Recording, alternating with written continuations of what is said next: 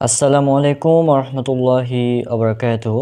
আলহামদুলিল্লাহ, সমস্ত প্রশংসা আল্লাহ সুবহানাহু ওয়া তাআলার জন্য। অতঃপর আমার এবং আপনার প্রিয় নবীর উপর দুরূদ এবং সালাম বর্ষিত হোক। সকলে বলি সাল্লাল্লাহু আলাইহি ওয়াসাল্লাম। আজকে আমাদের বিবাহ সিরিজ পর্ব নাম্বার 13 এবং আজকে আমরা আলোচনা করব বাসর রাতের করণীয় এবং বর্জনীয়।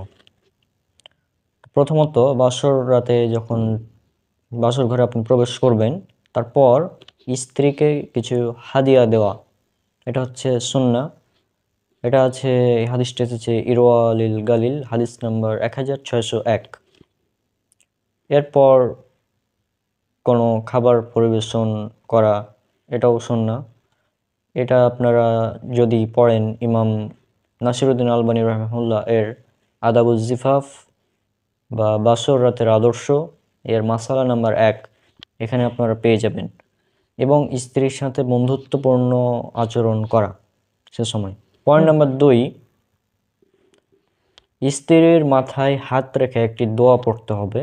এই দোয়াটি সুনান আবু দাউদ 2160, ইবনে মাজাহ 2252 এবং মিশকাত হাদিস নাম্বার 2446 এসেছে। দোয়াটি হচ্ছে, اللهم إني أسألك خيرها وخير ما جبلتها عليه وأعوذ بك من شرها وشر ما جبلتها عليه। এটার অর্থ খুবই চমৎকার। হে আল্লাহ, আমি তোমার কাছে তার কল্যাণ এবং তাকে যে সৎ চরিত্রের সাথে সৃষ্টি করেছ তার কল্যাণ চাই, আর তোমার কাছে আমি তার অনিষ্ট ও তাকে যে খারাপ স্বভাবের সাথে সৃষ্টি করেছ তা হতে আশ্রয় চাই। এবং এটা আপনারা পাবেন ইমাম নাসিরুদ্দিন আলবানী রাহিমাহুল্লাহর আদাবুজ জিফাফ বা বাসরাতের আদর্শ এই বইয়ের মাসালা নাম্বার 2। এরপর আরও একটি করণীয়, সেটা হচ্ছে স্বামী স্ত্রী একসাথে জামাতে 2 রাকাত নফল সালাত আদায় করা।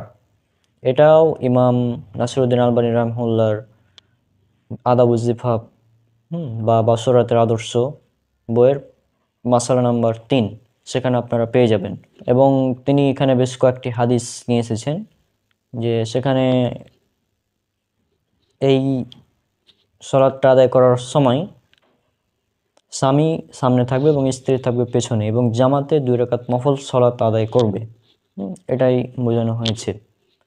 এরপর আরও কিছু করা যায়। আর একটি কাজ করা যাবে না, সেটা হচ্ছে আমরা আমাদের সমাজে অনেকেই দেখা যায় যে বাসর রাতে স্ত্রী তার স্বামীর পা ধরে সালাম করে। এটা সম্পূর্ণ অমুসলিমদের প্রথা, অমুসলিমদের নীতি।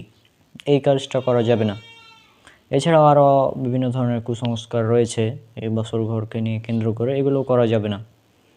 মূলত যেগুলো ইসলামে নাই সেগুলো করা যাবে না, এটা হচ্ছে মেন কথা। আজকে পর্যন্তই। এরপর আরও একটি কাজ যেটা সবচেয়ে গুরুত্বপূর্ণ, সেটা হচ্ছে স্ত্রী সহবাস। এ ব্যাপারে আমরা বিস্তারিত আলোচনা করব আগামী পর্বে। কারণ স্ত্রী সহবাসের বেশ কিছু করণীয় বর্জনীয় আছে এবং বেশ কিছু 15টি কমপক্ষে সুন্নাহ মেনটেন করতে হবে।